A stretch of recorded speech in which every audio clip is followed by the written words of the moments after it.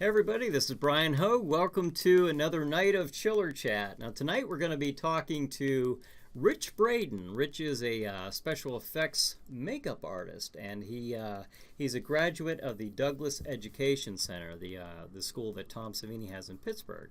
So I'm going to give Richard a call right now, and we'll chat with him.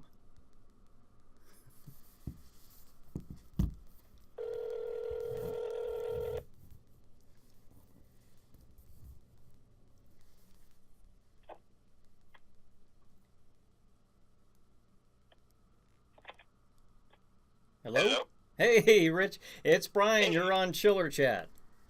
Hey, how are you? I am doing well. I'm doing well. For those folks who tuned in a few minutes before I got you on the phone this time, we're giving it another go at. So, how are you doing tonight? I'm doing all right. All right. We had a few minutes there of some technical issues, but we're back up and running, and want to thank you for joining me tonight, and I want to thank the viewers for joining us tonight. So. Oh, yeah. Thanks for having me. Oh. That intro you had there was pretty cool. Oh, you like that, huh? That was actually Luke Rio from Lightning Strike Productions made that up for the show. We started at the beginning of 2018 doing Chiller Chat as its own program, and so he came up with that intro. So it looks pretty neat, huh? Yeah, very cool. I like it. Well, I'll tell you what, I appreciate you being on the show. Well, I remember when you worked on a haunted house, and you and your dad had brought the crate monster costume and the actual crate from Creepshow. Yep. And that thing was pretty elaborate. Now, I just remember you always being interested in this stuff. So then you went off to Tom Savini's Douglas Education Center. And how was it down there? I mean, how was it going through that course? Oh, it's a very cool program. I mean, it's basically you go in not even knowing anything about it. They start with the basics, and by the time you've reached your last semester, you're learning how to do animatronics and full creature suits. So it's pretty intense. Great instructors too. So now I saw on. Did you have Jerry Gergley as one of your instructors? I did. Jerry is the best. I had him when I went to the Art Institute of Pittsburgh, and I tell you, he is just a wealth of knowledge, and I thought I saw him on one of your Facebook photographs. So now you go through a course. Now the course was how long? Oh, I want to say is it 16 months. Oh, okay. Now how long was it after you did that until you started actually working on some movies? I mean, even before I had started there, I had done my own stuff.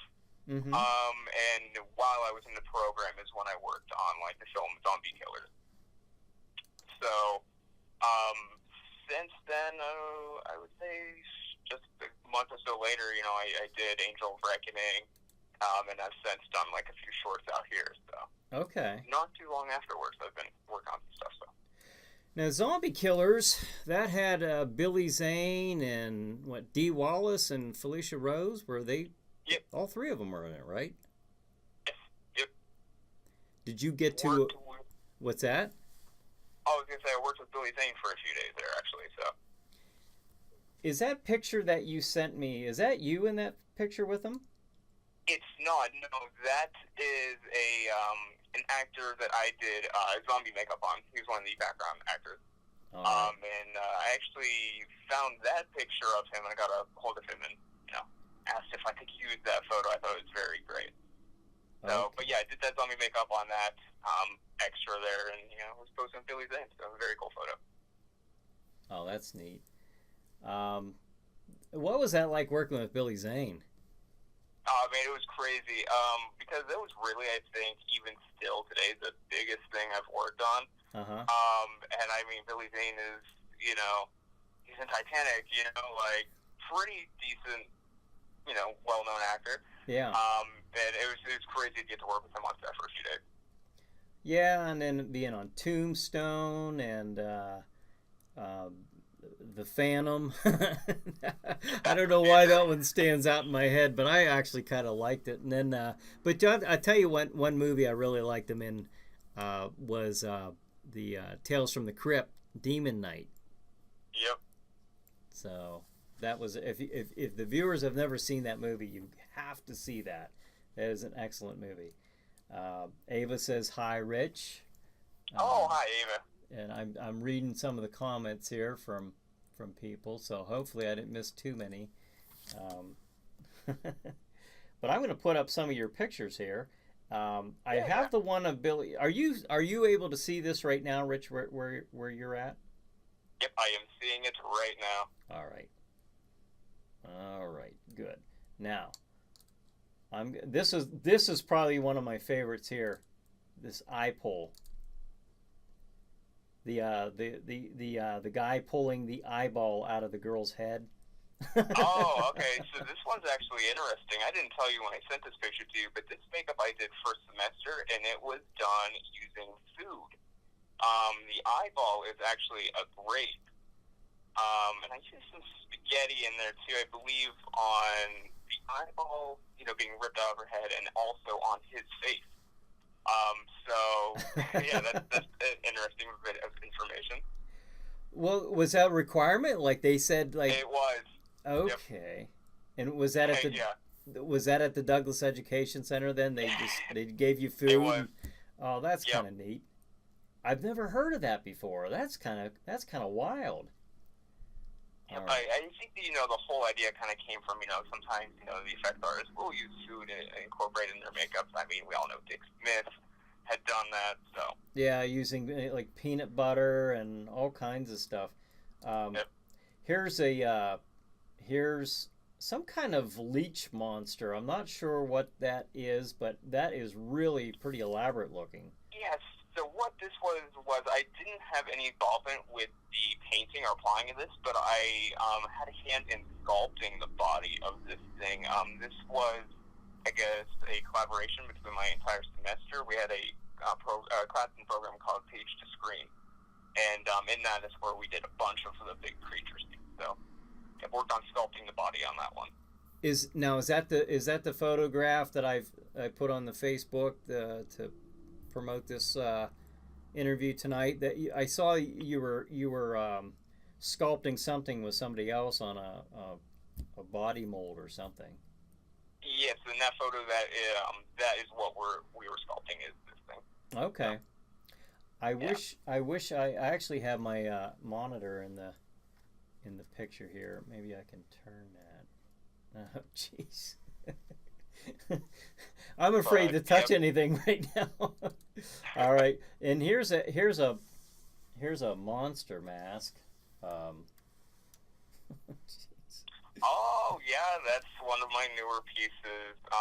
Called that guy Corbin. Not sure where that name came from, but yeah, I just wanted to go for kind of a almost cute looking goblin, and I don't know, it's cute to me, I think so. Oh, he's got some appeal there. Yeah. Now let me is that foam latex, or is it slush latex, or is it silicone? What is he? It is just the I guess the standard Monster Makers mask latex, really. Sculpted it out of wet clay on an armature, and then molded it in the Ultracal 30 and tested mask latex. Okay. So. And then let's see here. Oh, I disappeared for a second. All right. Oh, where'd you go? Now I have my monitor in the way, but what I'll do is I'll fix that. I'll fix that for the viewing on Saturday night. But now this one here is a face with barbed wire on it, and yeah, this was actually an extra thing I just did when I was at the Douglas Education Center. I believe what happened was I had a few extra days after before one semester ended. I thought I'd make one more piece, so I took my own life cast and did some latex pulls of my own face and made them into kids' faces, and did some bizarre things with them, and this one was my favorite. Now, I'll pull up something else here while I'm looking for another one here.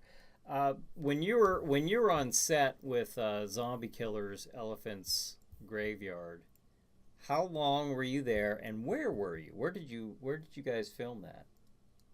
They filmed it in the Poconos. I can't quite remember what the town was, but yeah, we were up in the Pocono Mountains.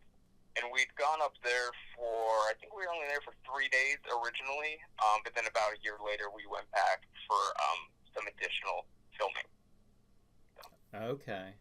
All right. Now, how'd you get that job?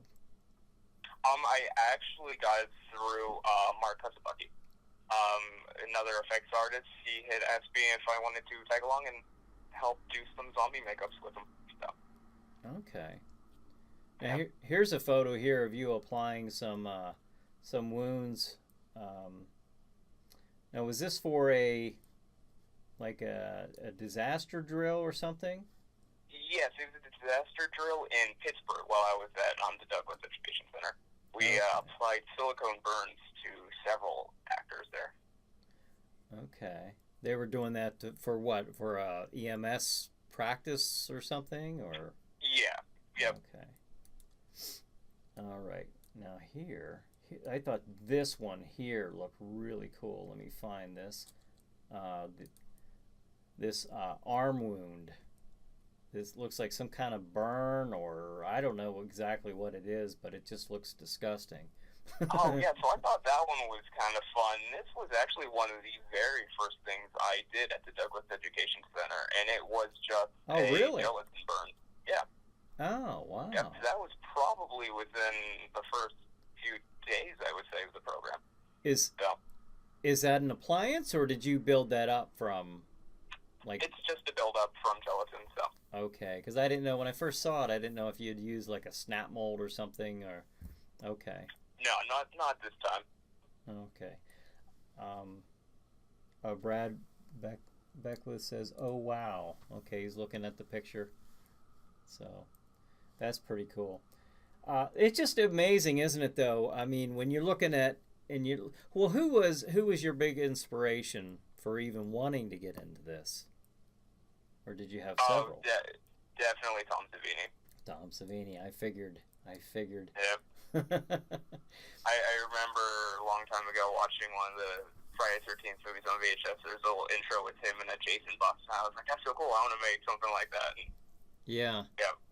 Well, he's done such incredible work, and he's got such a reputation for all the gore and just thinking way outside the box, because he has a ability to I don't know, it's almost like he's incorporating magic with this special effects appliance in some way, Right. Yep. So now, did he get to actually teach you?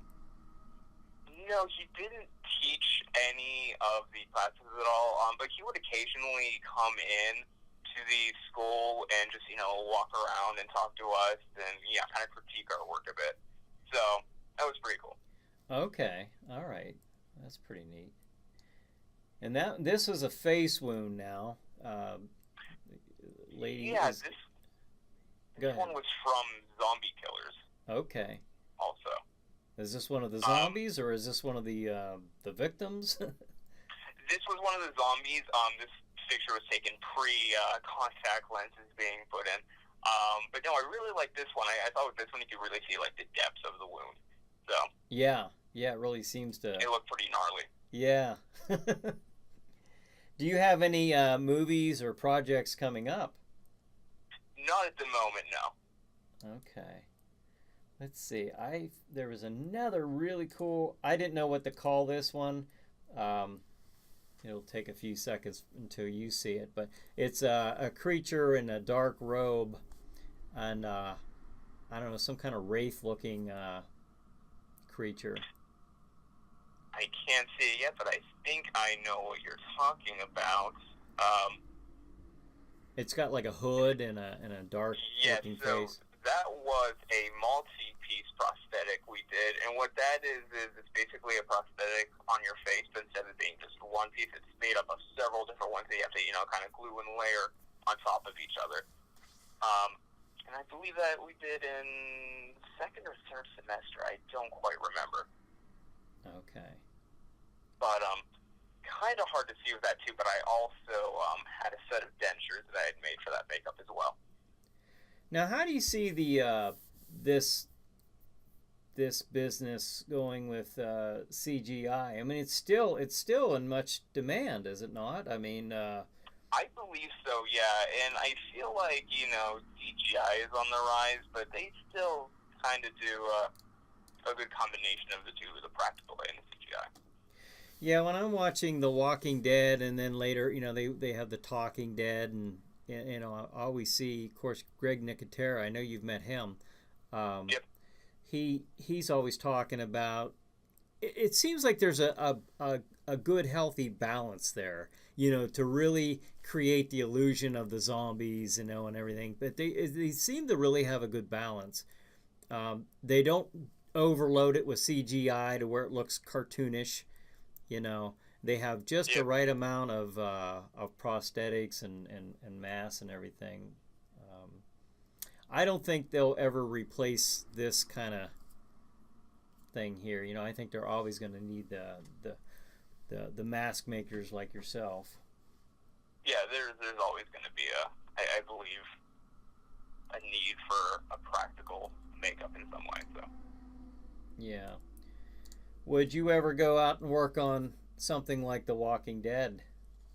Oh, yeah, absolutely. That would be an incredible experience to work on a production of that size. So. Yeah. Yeah. Now, do you know anybody who's gone off to work on that show that graduated from the Douglas Education Center? I don't know, but some of the other graduates of the program have gone on to do a few cool things. Actually, some of the students in my semester went on to do Face Off. One of them actually won one of the seasons, so there is that. We saw one of those episodes when I was at a Midwest Haunters convention in Columbus, Ohio, and they were actually filming an episode of that, so we got to watch. Oh. We got to watch. I didn't sit and watch the whole thing, but I was kind of watching on and off, and it looked pretty interesting. Ava asks on YouTube. She says, "Does he know what his next project is and what he is shooting for? His dream job?" That's a good question. Don't know any big projects coming up as of right now. I'm mostly just kind of doing my own thing and sculpting some masks and smaller things like that. My dream job would be to be able to do this full time. Yeah. Have this, be able to survive on just doing this. Yeah, to do what you love to do. Yep. Now, Tom on YouTube asks, he says, ask him what he's going to be for Halloween. That's great. I'm actually going to be Beetlejuice. Oh, are you? Okay. Yeah. Beetlejuice. My girlfriend is going as Lydia, so that should be fun. Oh, okay. Do you have your now? Did you put together a face appliance, or are you just doing makeup? Oh no, just doing the makeup. Yeah. Makeup. Okay. No appliances. No. What would you recommend to anybody who wants to get into this type of work? Oh, just go for it. Definitely practice a lot. I mean, that's what I did way before I even went to school. Just buy yourself some latex, even some of the pre-made prosthetics from, any Halloween store you can buy. Just practice applying those and just keep practicing. Because, you'd be shocked at what you can do with some common materials that you can find around the house. So. Yeah. And then there's plenty of tutorials online to learn how to do this stuff, so it's a lot of fun to get to create something like this, and it seems to be getting more popular doing effects like this, so it's really cool that other people are getting interested in it. That's a good point. I've been seeing so many people online showing off their makeup skills, and some of these people, I don't know if they were formally trained or not, but they have really got some skills out there. Yep. and it just takes a little bit of practice. Just like when I started, I went to I did the mask making and the prosthetics and stuff with the Art Institute of Pittsburgh, and I didn't know I could sculpt. It's just it's just a matter of sitting down and practicing and getting that. I don't know how they did it with you, but they had it for us. They really felt it important to learn anatomy. Yes, and actually that's what they did at the Douglas Education Center. Also, we took classes on anatomy and also like anthropology. So. Yep, we had to. Well, the anthropology, I don't recall ever doing anything like that, but I do know that we had to learn anatomy, not just for humans but for animals, and then we had to do a thing where we combined them, and it's just getting to know the muscles and how the body works and moves to make it more believable. Yep. Favorite? Oh, Tom asks on YouTube. He asks, "What's your favorite Lon Chaney makeup?" Oh my! I've never even been asked that. That's a good question, Tom. Very good question. I'm stumped. I'm wondering about that myself. For me, that's a good question. Yeah, there's just so many. How do you think that?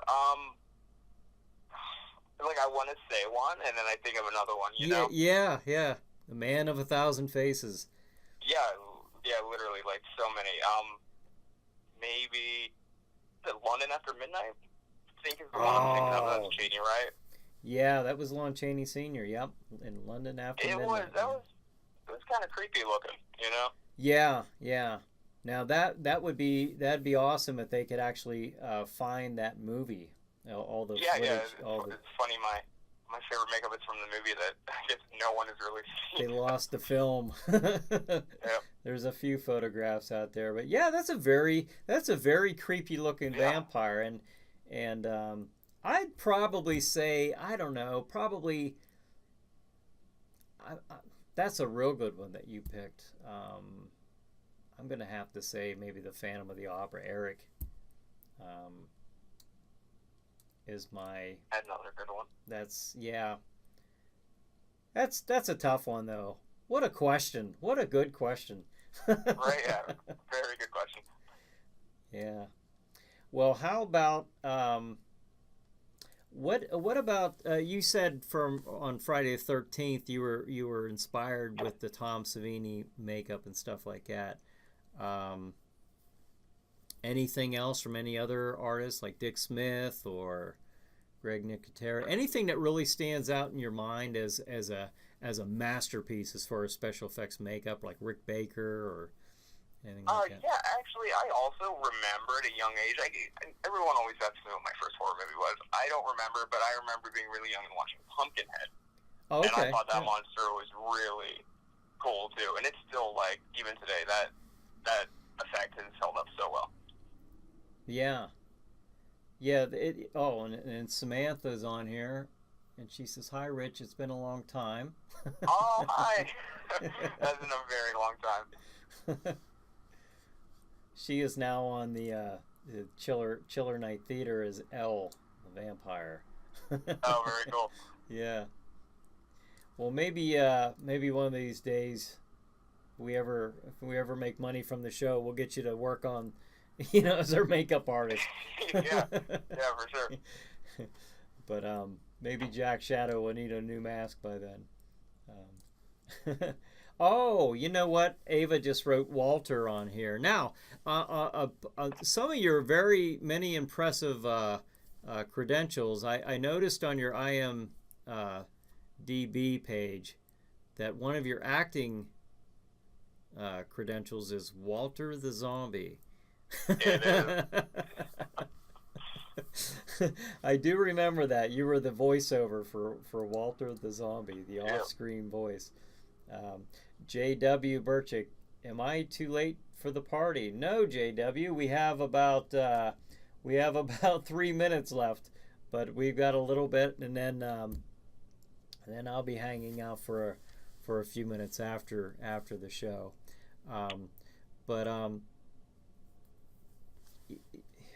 and then Stacy writes, "Dang." So I guess yeah. Unfortunately, the chiller chats are only a half an hour, and they go so darn quick.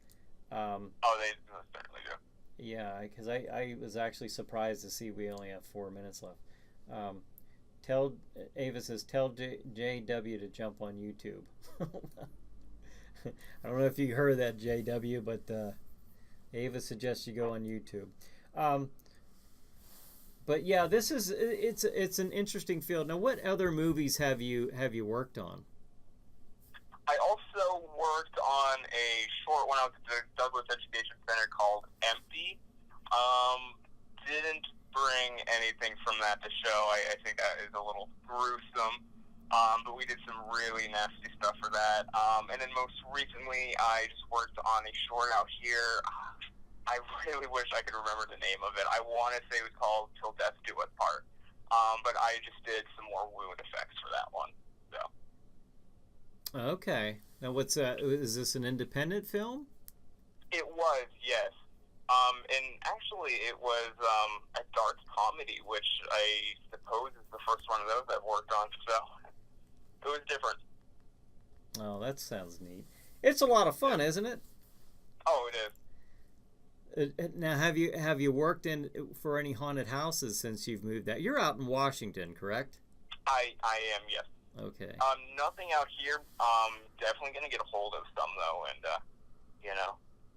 poke around and see what I can do for them. So. Well, Rich, I can't believe that that the time is we're actually at the bottom of the hour here, or bottom of the show for the 30 minutes. So.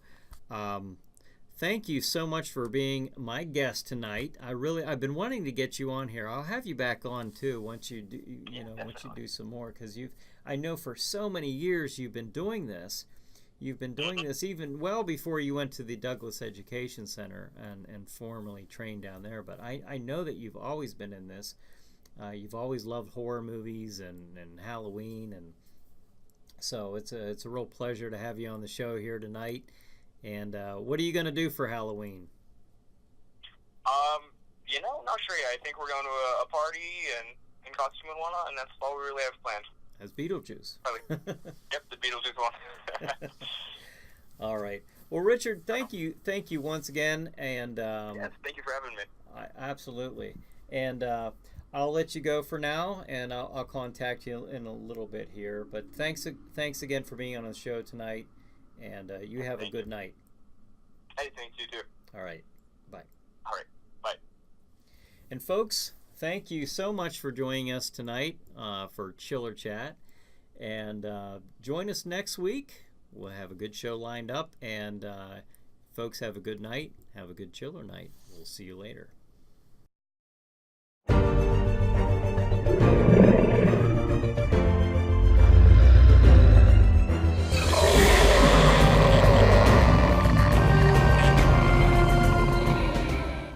How many times do I have to tell you, just because something isn't good doesn't mean it's bad? Oh, jeez.